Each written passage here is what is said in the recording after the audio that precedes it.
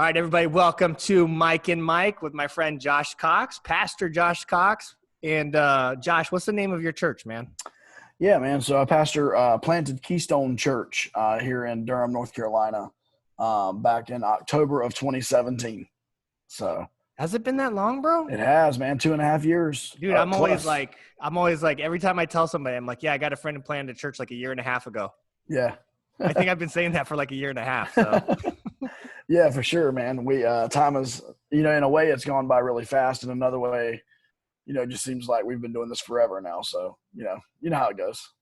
Yeah. Don't get me started. Kind of like your marriage.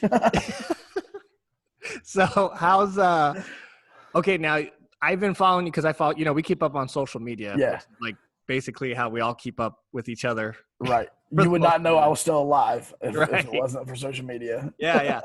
So now you guys were renting a school auditorium before all of this hit, but now the schools are not allowing you guys to rent until like August or something, right? Yeah. So we were in a elementary school, actually in a elementary school gym. And so obviously as soon as schools began shutting down, they shut us down. And then we got an email about 3 weeks ago that said up until August 31st for now. But then they made it a point to say, just because school resumes does not mean we will be resuming rentals. And so basically it wasn't that our rental agreements were extended, it was that they were terminated. Wow. And then once they figure out what they're going to do, we may or may not be able to, but we've kind of used this as God telling us, like, you don't need to be in that situation anymore. So we're doing what we can. So, well, I the reason why I wanted to bring that up is because I want my teenagers to pray about that. Yeah. So I want them to pray for you and your family. And then I want them to pray for, you guys can figure out your situation as far as buildings and where you're going to meet and all that stuff. Yeah, for sure. So I'm assuming, like most churches, we've gone, strictly online over the past, 8, 9, 10 weeks, whatever it's been now. Mm-hmm. And then we're doing our like small groups. We call them connect groups. We're doing those through Zoom, just like this.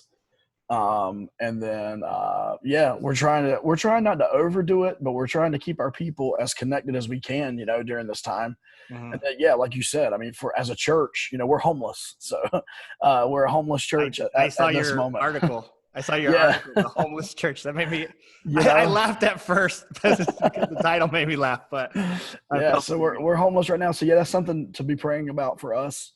We do have some leads, but nothing substantial yet. We thought we had something, and we were the second church in line, and the first church wound up, taking it. But it is what it is. So we know the Lord's going to open up doors, man, for sure. Could you explain? I have a lot of my teenagers ask me. This is a question I get all the time, and it's like, how do I know God is leading me to do something? So you went out and you did something. To me, okay, and I think like starting a church is crazy. I think it's psychotic. I just want to let you know that, all right? I agree 110%. If I didn't agree with you 3 years ago, I agree with you now. So no, I definitely believe like you need to be called into it because I was looking for a ministry spot a few years ago, and a lot of my friends are like, "Hey, just start a church. We'll help you out." And I'm like, I don't think it's just start a church. Yeah. Like, I think it's like a big calling. You know what I mean? Yeah. So how do you know so generally speaking, how do you know the Lord's leading? And then I guess more specifically in like planting a church, I think it all kind of comes together though with, obviously being in tune with the Holy Spirit and genuinely listening for his guidance, right. And his leading, as you are in the word, I always joke, and we've always been told this, but now that I'm, 37 or whatever, it's true. It's funny how people say, well, God told me to do this. You wonder if they've read, a chapter in the Bible in the last 3 months, but God told them they wanted to do something, Right. But I would say that being in tune and walking in the Spirit, right? If you walk in the Spirit, you're not going to fulfill the lust of the flesh. Mm-hmm. So if I'm walking in the Spirit, and then God used, people that were close to me to validate what he was doing in my heart and my life. And the way that I saw it was, if I feel like that I am being led in a certain direction, and then it comes up in conversation with those that know me best, whether it be those that are local with me or those, that are close. I think you just had Dustin Moore on. Dustin's, Yeah. one of my best friends in all the world. And if I were to bring that up to Dustin and Dustin were to say, whoa, what? I think you might want to take a step back there. Or if my pastor, where I was in Maryland at the time, would have said, wait, I don't think this is what you need to do. Then I believe that would have halted that for a while. I believe God uses people to validate his calling. And like I said, that doesn't mean if someone says, I don't think you can do it, that you should not do it. I'm just saying that I believe God can validate by godly leaders and people that influence you in your life, for sure.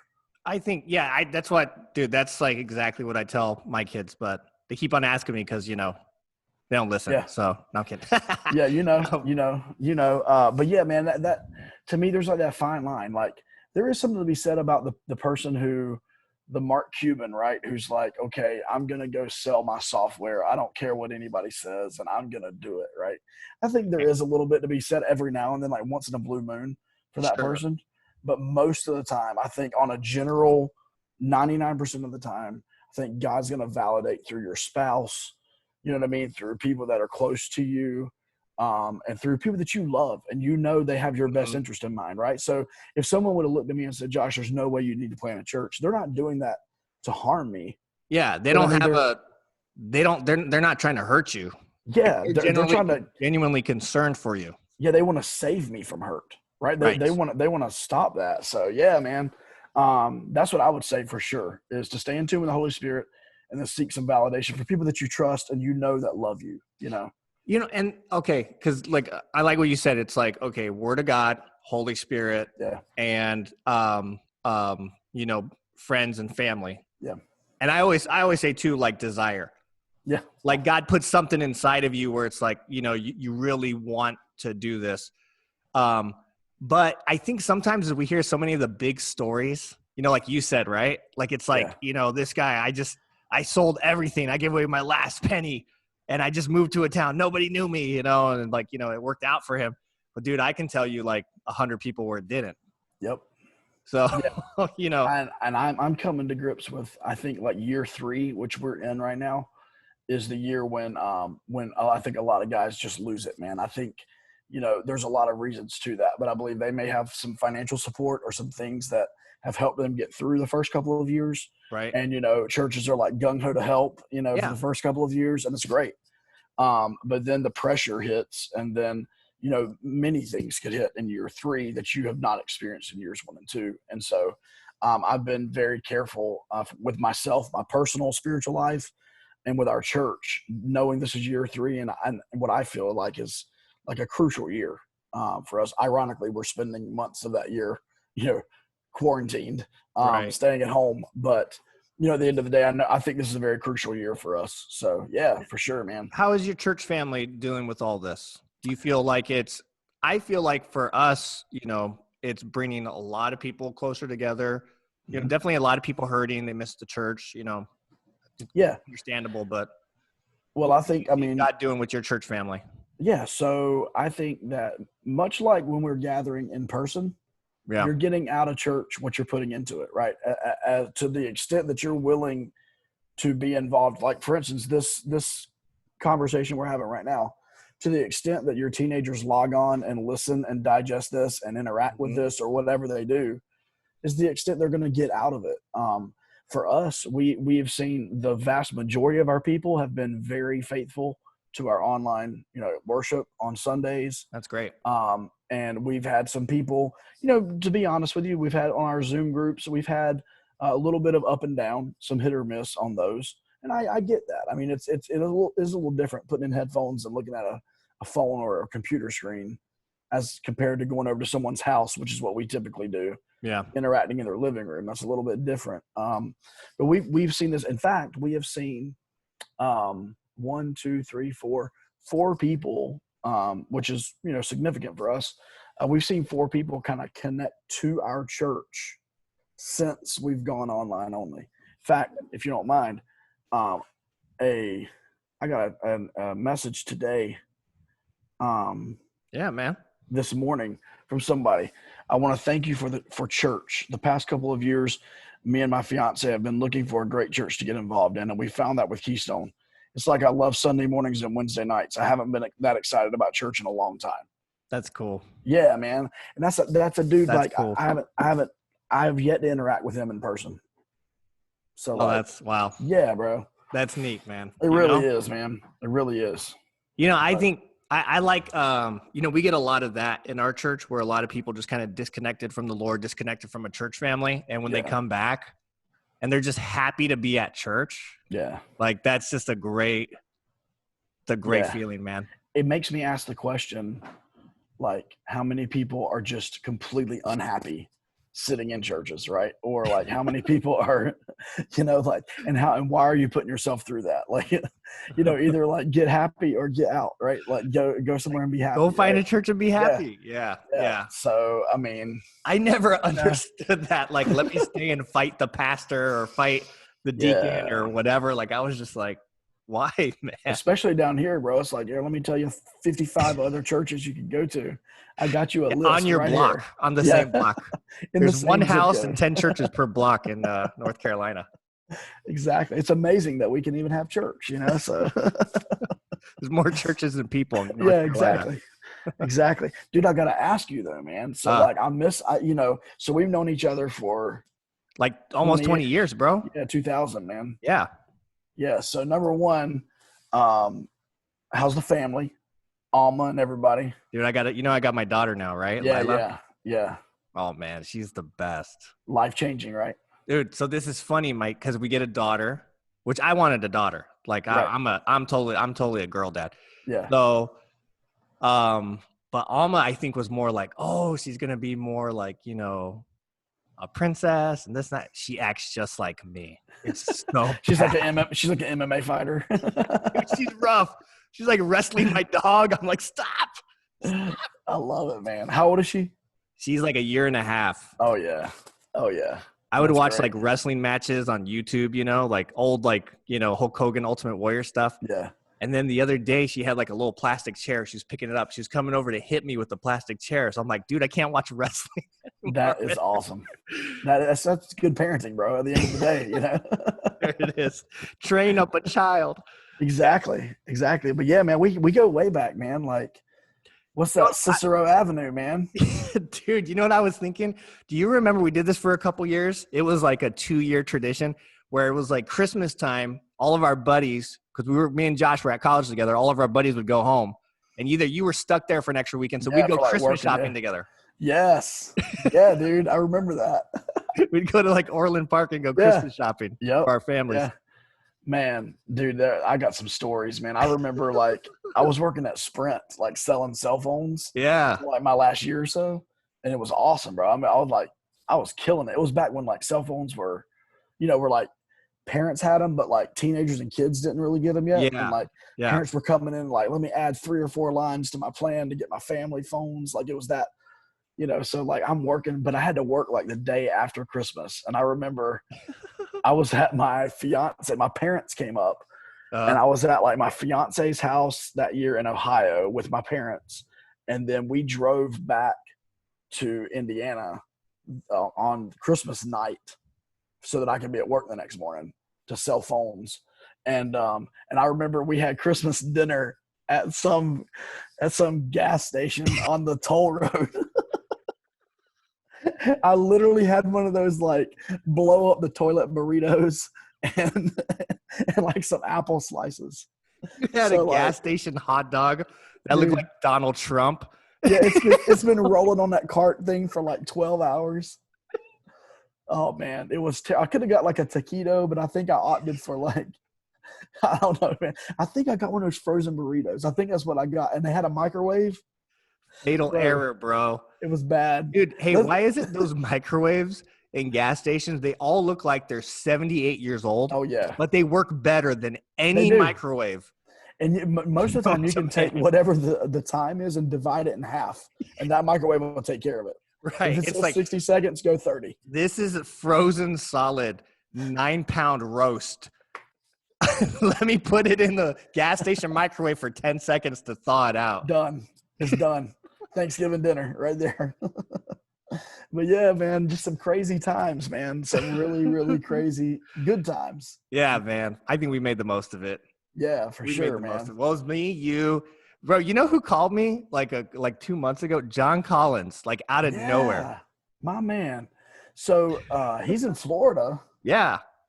and I'm a terrible friend. Like I think he's tried to. I don't have his number, but I I'll think he's text tried it to to you reach out like afterwards. one or two. I need that because I need to reach out to him, man. That guy, Juan Miguel Collins. So he used to go up to these doors. Do you remember this? He used to go up to these doors and be like in this like Michigan, like Midwestern accent, like the most like white boy accent ever. And he's like, "Hola." He's like, "Mañana is the most grande domingo in all the año." Like in the most Americanized Midwestern accent. What were we doing? Dude, we were crazy, bro. Even crazier, parents sent their kids with us. That's what I can't they're figure like, out. take our kids to church. You guys look like great influences. We're like, what? Oh man, it's incredible. It was incredible. Dude, It's that like was a lawsuit waiting to happen every week. I know, man.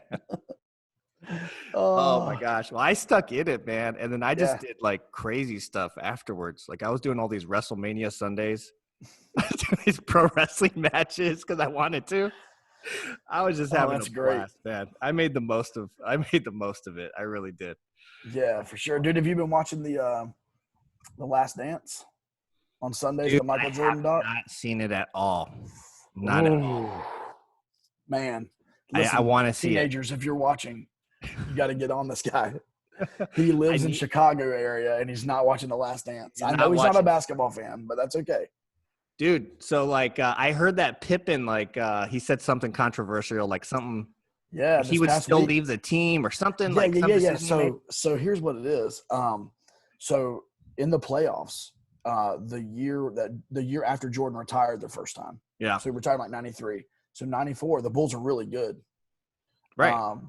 I think it was, and I may be having the details wrong. Jordan was not on the team whenever this was. And Pippen had been the leader like the whole year. I mean, he was like first team all NBA, like had just an amazing season. Well, they were down one or tied up. There was like 2 seconds left, and they had to run an out-of-bounds play. And Phil Jackson calls the play for Tony Kukoc because they had run like 4 or 5 sets throughout the year where Kukoc had caught it and been able to hit the shot and hit a game winner. So he calls the play for Kukoc, and he has Pippen inbounding the ball because he's the best passer. And Pippen refuses to go in the game because he's not getting the ball. Like literally refuses to go in the game. So they bring in somebody else.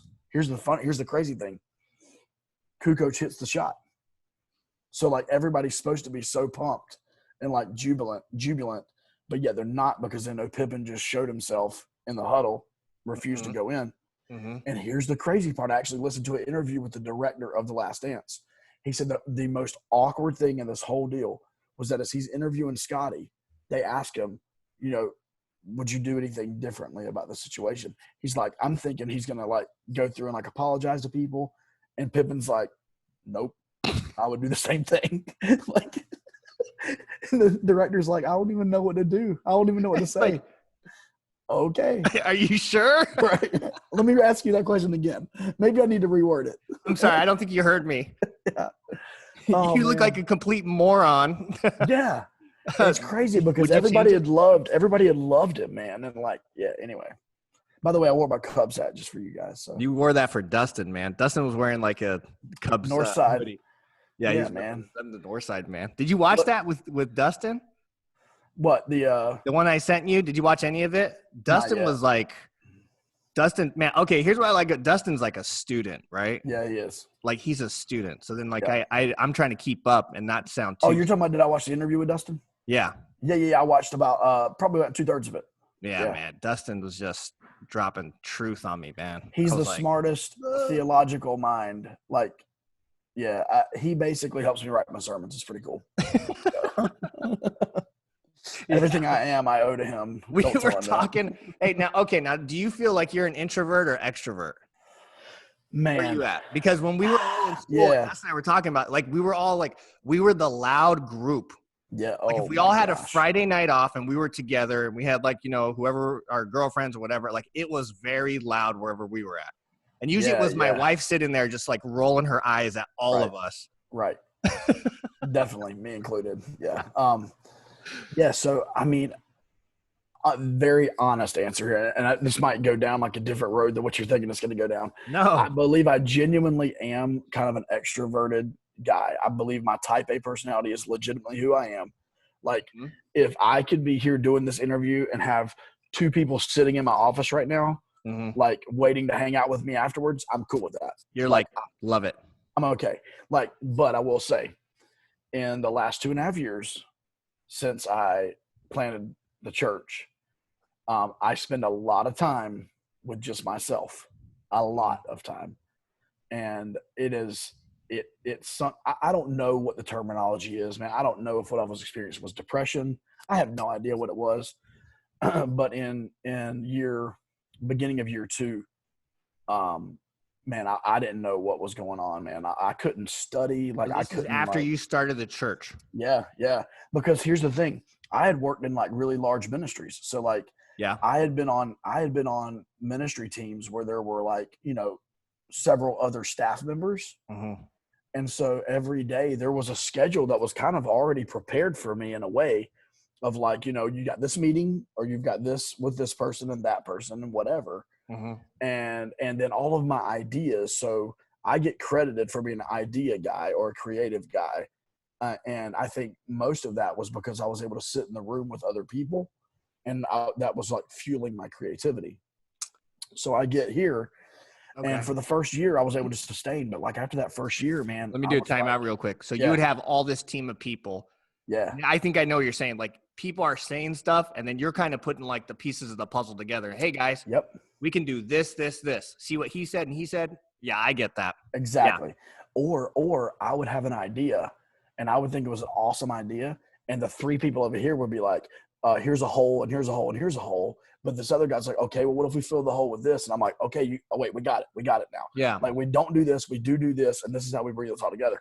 So like, I was able to really like collaborate. That's the word, right? I could collaborate. Well, when you're planning a church, you're by yourself, man. It's you and God. And even if you have people that help you, like we have a team of people. We had a team of people that went with us when we planted. But they all have jobs, bro. They're at work all day, bro. They got family. Like, there's only so much that as much as they want to give, there's only so much that they can give. Yeah. Their bandwidth is limited, right? As everyone's is. So I spent a lot of my time by myself, and I went through a period of time. I would say it was 6 to 8 months of being very unproductive. You know, if you were to look at it from the outsider's perspective, you would say lazy.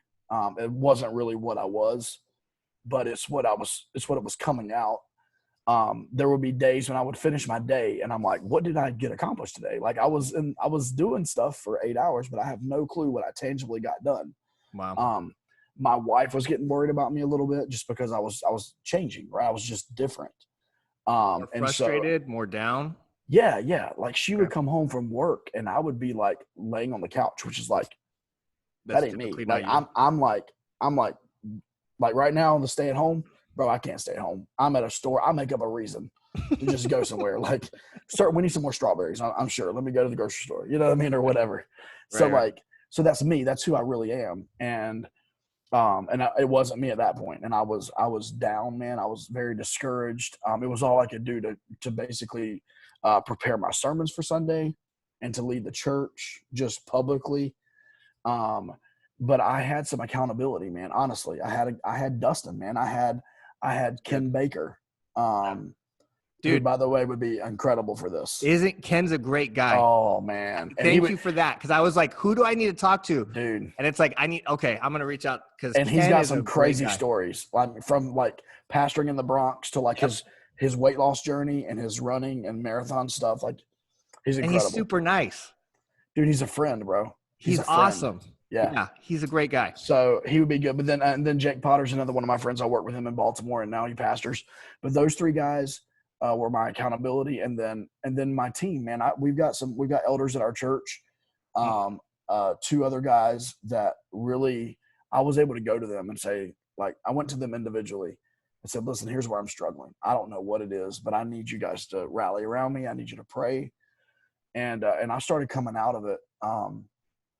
But man, so I would say that right now, I think who I naturally am is still that type A, but I've kind of come to grips with that if I'm going to do what God has called me to do, which is lead this church, I'm going to have to get more comfortable being alone. I'm going to have to get more comfortable in my study. I'm going to have to get more comfortable by myself. And he's growing me. Maybe God used that season to kind of open your eyes to that. Yeah, man. So I'm preaching through the book of James right now, and James is a lot about your tongue and what you are supposed to say and what you're not supposed to say. And you and I are really good at self-control with our mouths. Yeah. Yep. Remind me after I stop recording. I got to tell you about the worst thing I ever said during a sermon. All right. That'll be all good. my teenagers just laughed at me. First, they laughed because it was funny. Then they laughed because they knew I was in trouble. It was the best. Yeah. So like I'm in James chapter 3 this Sunday. I've already pre-recorded for this week because I'm a pastor and I'm going to the beach on Saturday and Sunday because we're all stay at home. And anyway, so I pre-recorded, but I'm in James 3, and it's like, if you desire to be a teacher, if you want to teach the word and be a leader, then you're going to come under stricter judgment. So be ready for it. Right. And then he talks about what you say, and like, dude, I've been under conviction. Like, for me, like I gave an illustration Sunday, like my elementary school teacher told me, like, you're going to get in trouble for the rest of your life because of the things that you say and how that you say them. And like, that dude is like a prophet, bro. Aren't our third grade teachers like the prophets of our life? Like the things that they said, those third and fourth grade teachers were just like, it was dead on, man. It is incredible, actually. It really is. So yeah, man. So God's teaching me. I think God is teaching me in my desire to be the life of the party, right? Or my desire to be that, for my personality to shine through. I think he's teaching me, like, a lot of that was really pride, man. It was like kind of deep rooted in pride. And I believe a more humble approach is not to change my personality, right? I mean, I don't think God created me to be who I am. You are who you are. Yeah, but it is to be me with the Holy Spirit leading me and with wisdom, right? It's to be me mature. It's to be me with godly wisdom. So, I don't think God, changes. I don't think our personality. I think God made us who we are, right? Uniquely. And no one can be me and no one can be you, but we can be the best versions of ourselves, right? We can be the best godly, versions of ourselves. So that's what God's teaching me. Dude, I want to go back to a couple things that you said. So you're like, I'm going through this like crazy tough time. I start this church, which is crazy enough, right? It's like a big undertaking. Yep. So, which is awesome. And God has to call you to it. And you're convinced, like, hey, this is what God wants me to do. So you go do it. Yeah. Now you're coming into your second year, and all of a sudden it's just like, you just feel like the motor just went out. But then you said a couple of things. You said, like, I had my accountability. I had my friends. I had my elders in my church. And I had people that I could lean on. Yeah. Can you speak a little bit more about like the importance of friendship to you? Because that's something that I try to get this across to my teenagers. Like, I have some incredibly great friends that I lean on. And I mean, that makes all the difference. Yeah. Like, I'm about to go do something really stupid, make a dumb mistake, ministry-wise, career-wise, whatever. But I can call people and be like, hey, man, here's what's going on in my head. Yeah. So what do you think about just some thoughts about friendship and stuff? Because I think that's important. Well, first of all, I would say don't let let's say you're not me and Mike, right? Let's say your personality is more introverted and you don't get out there, right? You don't put yourself out there as much. Please don't use your personality as an excuse not to create deep, abiding friendships, right? Yeah. Okay. That's great. Yeah. So they're that important that you need to put yourself out there and you need to develop friendships. As crazy as this sounds, God, you never know, right, what God is going to do in your life and who you're going to need. And right now, currently, so the teenagers, you guys are in middle school or high school. Well, I now serve in an area that's close to where I grew up, and I'm now the pastor of two of my classmates that graduated high school with me. They call me their pastor. That's crazy, right? It is crazy. And actually, there was a third one who was in our church for a limited amount of time and then moved away. So at one point in time, I was pastoring three of my classmates, and I went to a small Christian school. I think we graduated 15 people. So out of those 15 people, three of them were members of my church.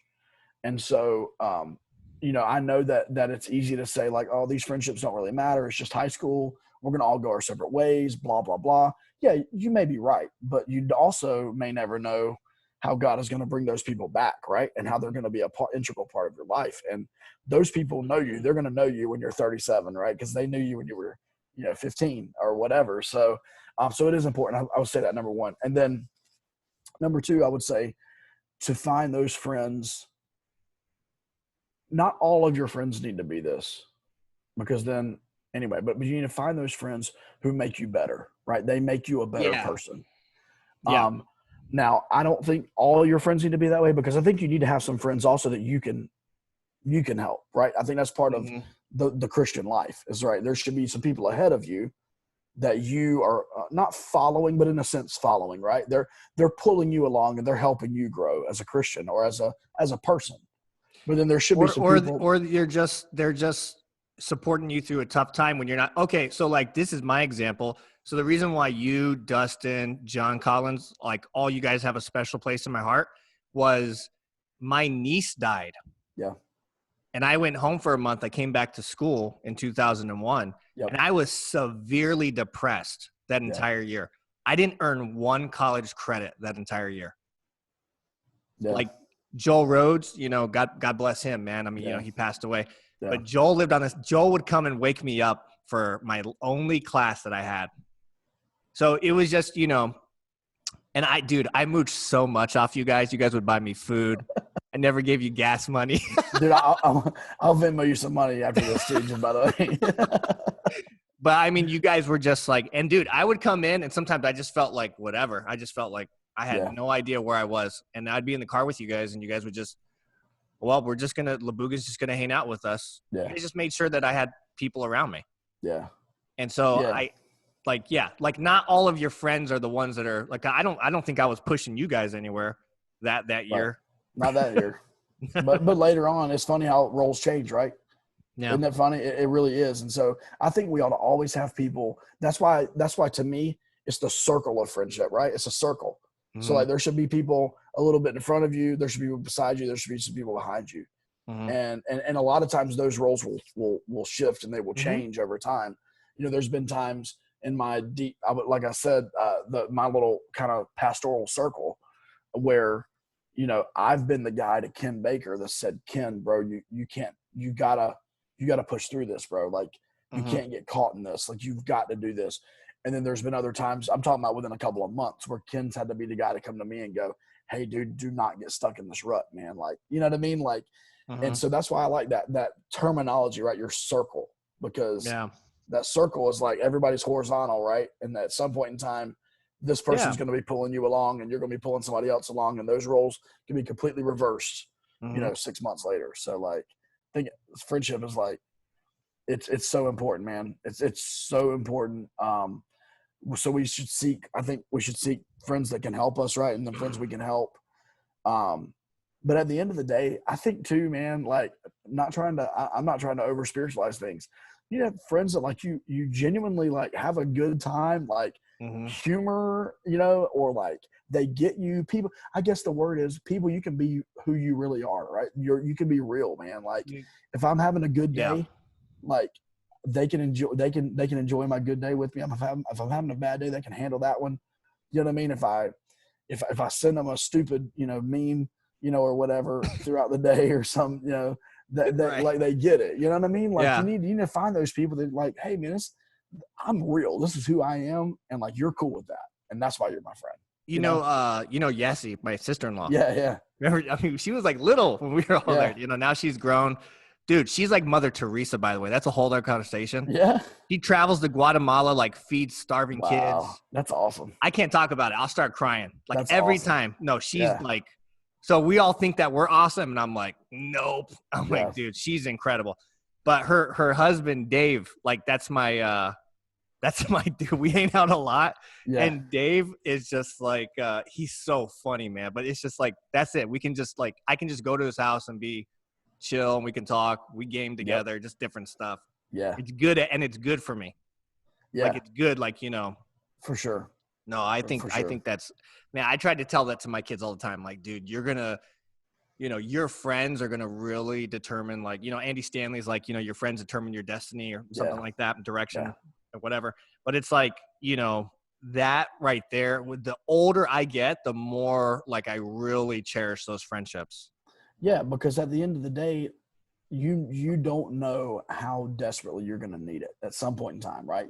And some people, I know a lot of people have like very deep roots in their family and whatnot. I get that, but some people don't.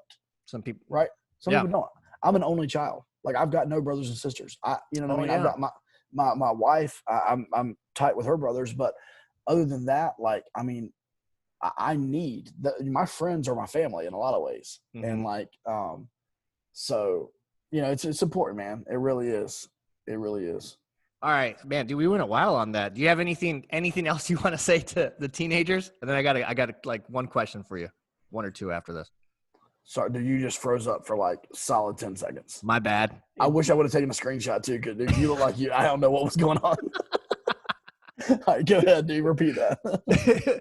I had one, and it was like the first one I did was with my sister, the first Zoom, and it was like she had hers connection kept on freezing, and it's just like there's like 3 or 4 where it's just like, and I'm just like, this is so great.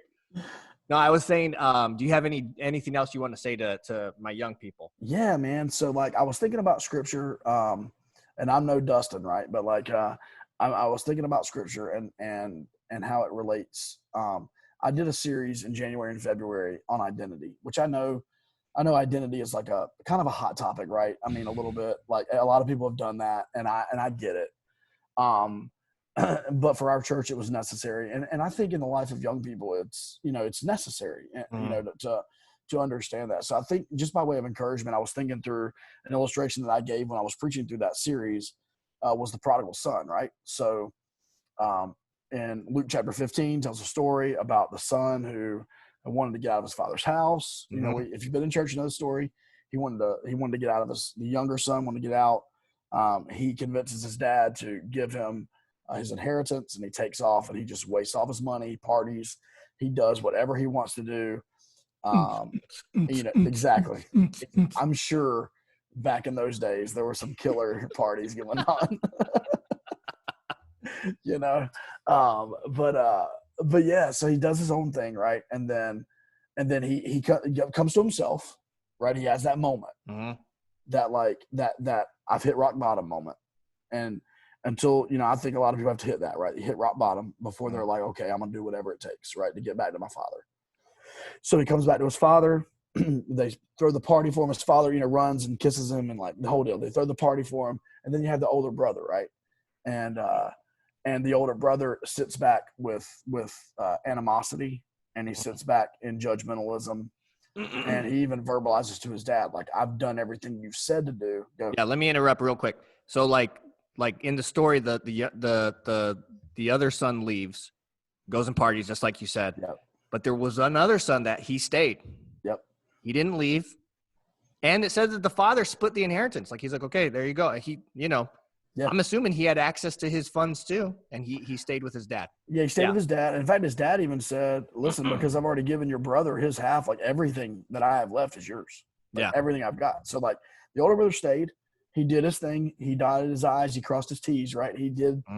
And but what we see there is, I think, 2 faulty identity structures.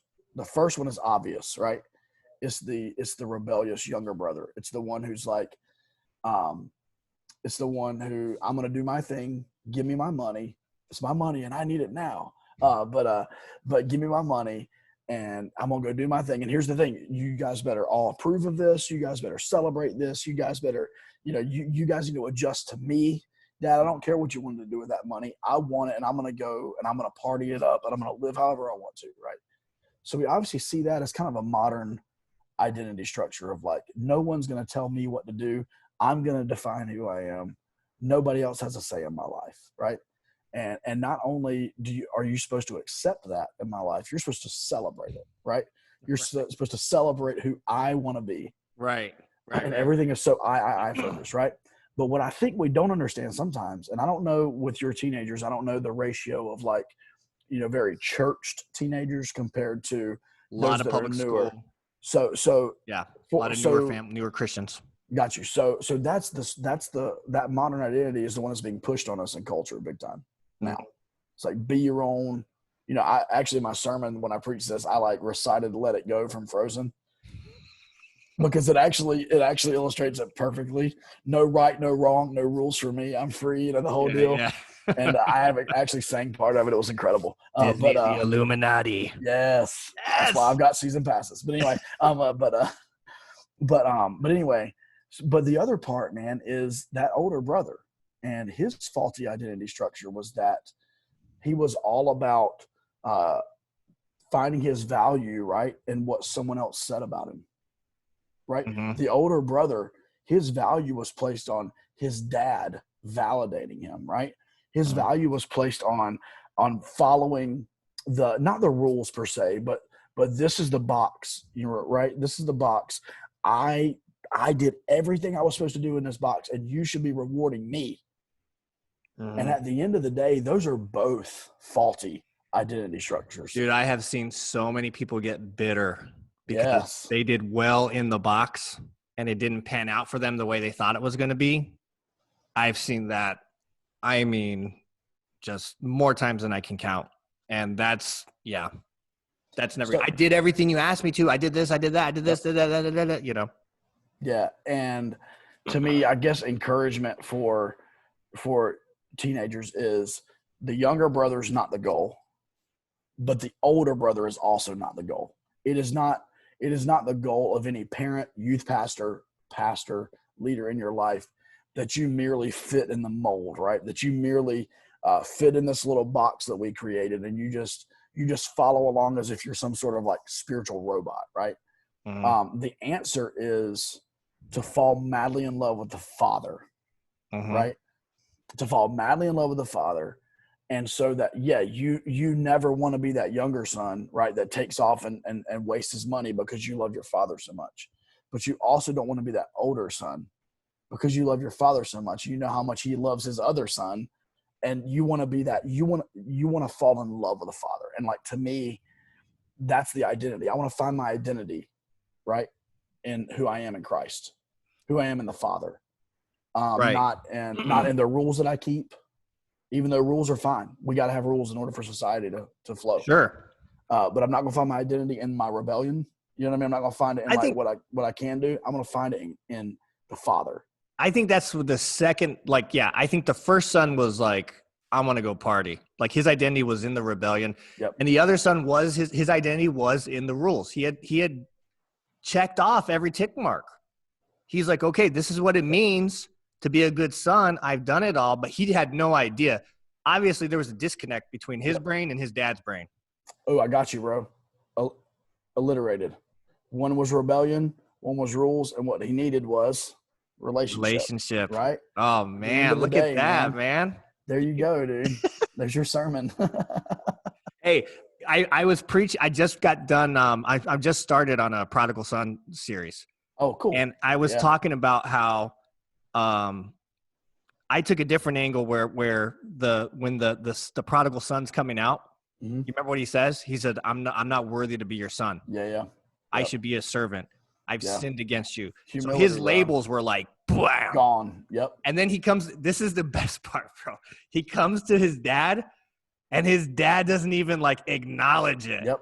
He's like, I'm horrible. And he's like, let's get the party started. Yeah, this is my son. My son is back. Yeah. Yeah. It's like he didn't even hear that trash. He's like, whatever, dude. You have no idea. And I was talking about, because you were talking about identity, I was like, we are who God says we are as Christians. Yeah. Like we are his saints. We are his adopted. We are his chosen. I was going through like Ephesians and stuff. Yep. I said, don't put a label on yourself that God's not putting on you. Don't do it. Don't do it.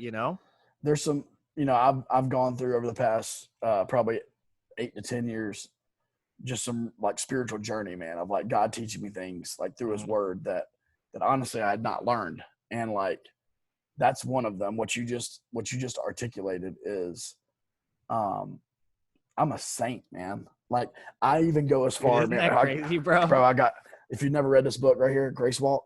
I'll check it out. Bro. Anyway, sorry, it's sitting on my desk. But I even go as far as I don't even like the phrase, I'm a sinner saved by grace. I don't even like that phrase because it is putting an identity on me that I no longer am. I'm a saint of God, right? I still struggle. I struggle with sin. Sure. But that's not who I am anymore. No.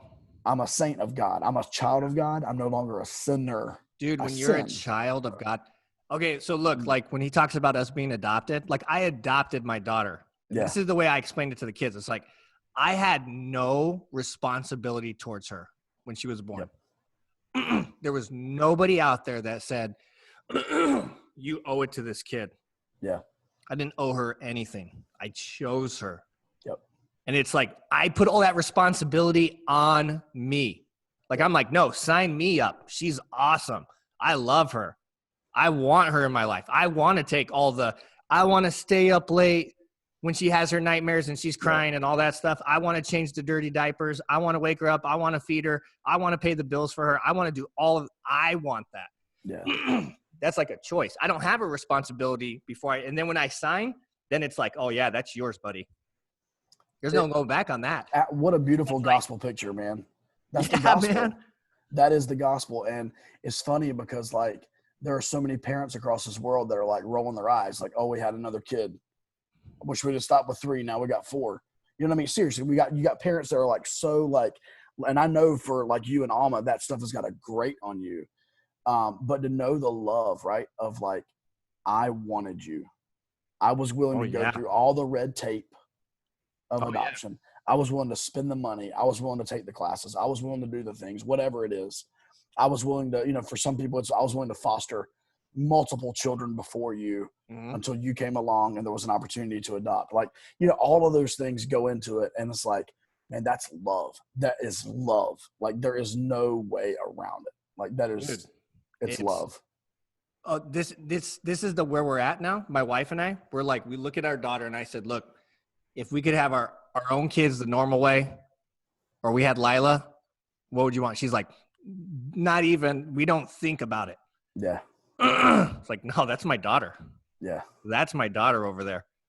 And it's like, that's how God loves us. That's a little bit. That's the tiniest, that's the most, that's the best I can do to describe God's infinite love towards us. Yep. And that's not even scratching the surface. Right. That's nothing. Yeah. It's incredible, man. It is incredible. I do have to ask you before, where you been getting the quarantine cut from, man? I can see. Dude, myself. Bro. Okay. I was about to call the mayor on you. Call Mayor Lightfoot. Man, have you seen the memes? Have you seen the memes? They're incredible. They're incredible. Chicago did not let me down, man. No. That's crazy, man. Yeah. Let me ask you one question. Yep. Well, who's your, outside of Jesus Christ, who's your favorite Bible character? What inspires you, or you like to study, or whatever? Who's your go-to guy that you're like? Yeah. So New Testament, it's definitely Peter, because that's me, bro. That's what me and Dustin were talking about. It's got to be Peter. Such a mess. Yeah. Peter's like the guy, man. Like, what I love though about Peter is like he had his mistakes big time, right? Like, I mean, we denying Christ, but to know that when Jesus rose from the dead, he said to the ladies, go tell my disciples and Peter, right? Peter. Like, make sure Peter knows. And then to know that like just months he preaches what we're about to celebrate on May 31st, Pentecost, to know that he was used in that way Bro, it's to me like it doesn't get any better than like I'm a mess. I'm chopping people's ears off. Like I'm like I'm the dude that jumps out of the boat. Dude, Right? Jesus called him Satan. Jesus Exactly. called him Satan. Exactly. Like that is me. Like I'm the guy that jumps out of the boat and then I'm like, oh crap. Sorry, I don't know if I was supposed to say that. But like, I jump out of the boat and then like, oh, I'm drowning. I forgot Jesus. Oh yeah, I forgot to look at Jesus. Like that's me. But then I think Old Testament is Joseph. Yeah. Joseph. And I mean, dude, you talking about a messed up family, and I don't come from that, but like, dude, Joseph's dad and grandfather, both of them lied about their wives and said they were their sisters. Like, dude, all messed up. Like his, Right. I mean, think about it. Like his mom lied to his grandpa to help his dad. Like what? So the book of Genesis is messed up. Oh, it is. Like when you read it, you're like, the reason Joseph is the favorite son is because it's the first son that his dad can have with his pretty wife. All the other sons were from Leah and other wives. Like, what in the world? Like the dad's like, it's my favorite because like wink wink. You know what I mean? Like, so. oh my gosh, man. Like everything was like stacked against him, man, and like. Yep. But literally, unless you want to kind of nitpick in a story, there's not a recorded sin, man. Like, yeah, my man like Joseph stayed. Yeah, I guess you could say him going and telling his brothers about his dreams may have been a little bit of pride involved there. I could see that. He wasn't perfect. He wasn't Jesus, but man, just watching him and like every time he tried to do something, man, he would get something would knock him down. Every time he tried to do something, knock him down. And then see him ultimately saving the nation, really. And he was, I love the story of Joseph because it's like you said, he's in these horrible circumstances. Yep. That, and none of it is like, it's not like he's asking, he didn't say, I'm going to kill my brothers. And they were like, oh, self-defense, Right. It was, yep. So he's in all these crazy, but it's just that like, I'm going to do the right thing. Yeah. Like, I'm just going to do the right thing. And he didn't have a reason to. There was no one else. There's no peer pressure to do the right thing, Dude, we try to think that the Bible's not like, relevant. My man was falsely accused of sexual assault. Yeah. In today's modern vernacular. Yeah. He was falsely accused of sexual assault with no video cameras, dude. This is Old Testament, bro. Mm-hmm. Like they don't have a ring. They ain't got ring at the front door to know when somebody came over. Like is that right? like at the end of the day, it's like just imagine a pyramid with like the ring doorbell. The ring on there, yeah. Like you could talk through it. Yeah. Who's out there? But he did, man. It wasn't just like, oh, things didn't go your way. It's like, no, man. Like a lady lied about you, like a man's wife, your boss's wife, wife. Yeah, and then you wind up in jail for it. I mean, how in the world can a man like that, continue to love and serve and bless like he did with the butler? And he was good to people. Good to people, bro. And everywhere he was, he moved up, right? In prison, he moved up. At Potiphar's house, he moved up. When he got out of prison, he moved up to Pharaoh, man, second in command. Like, I love that story. I preach through like Genesis 37 through 50, the life of Joseph. Like I love it. My guy is, I talked to Dustin about this too. I bring this like everyone is like, it's Absalom, man. Nice. Dude, I love what Absalom. A story. I love him. I want it to, every time I read it, I'm like, dude, like, come on, man. Yeah. Like, don't go down that road. Yep. Don't go down that road. And it's just like, it's heartbreaking. Yeah. Because I feel like in my head, the way I imagine it is like, out of all David's sons, that's the one that's most like him. Yeah. Like, he's got the raw charisma. People want to follow him. People like him. Yep. He's willing to like throw down. He's willing to like take matters into his own hands. Yeah. And he just made, he just keeps on making bad decisions, man. And I feel like with that's him, when you're like rooting for like the story to end different. Like, come on. Yeah. Dustin's like, yeah, don't you wish it was like a choose your own adventure? Yeah, exactly. Like that Bear Grylls thing on Netflix a couple of years ago where like you could like click through it like and choose what he did. Right.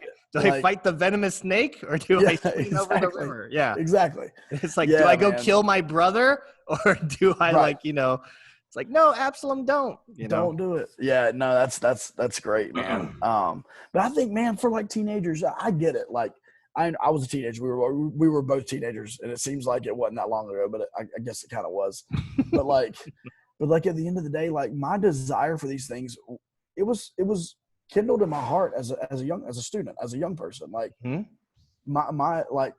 my comprehension of the story of Joseph was because I heard it preached as a sermon series when I was a teenager. You know what I mean? Like, and that developed like that passion in me of like, man, what an incredible story. Like, so I would, man, as an encouragement to teenagers, like, look, I'm not telling you that you got to get in the Bible like you're a pastor and like, you got to spend these hours and hours and hours. I don't think anybody's like expecting that, but like at the end of the day, like fall in love with these true stories. Yeah. Fall in love with these people of the Bible, because as you grow older, they'll become so special to you. Like, you'll see yourself in them. Oh man. Yeah. Yep. You'll see yourself. Like that's with Absalom is like, I see myself in Absalom. Yeah. Like I see I just want to fight sometimes. I just want to rebel. And I think I'm right. I'm convinced I'm right. Yeah. And that's why I'm like, I get Absalom. I get him, but tragic. All right, dude, we went a while, man. I want to thank Pastor Josh. Dude, stay on after I stop recording. I just want to ask you one thing. But I want to thank you so much for being here. Teenagers, please listen to this whole thing. We talked a lot about friendship, which was really good.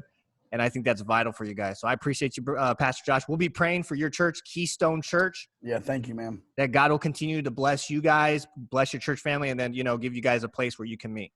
Yeah, awesome. Thanks, Mike. Thanks, guys.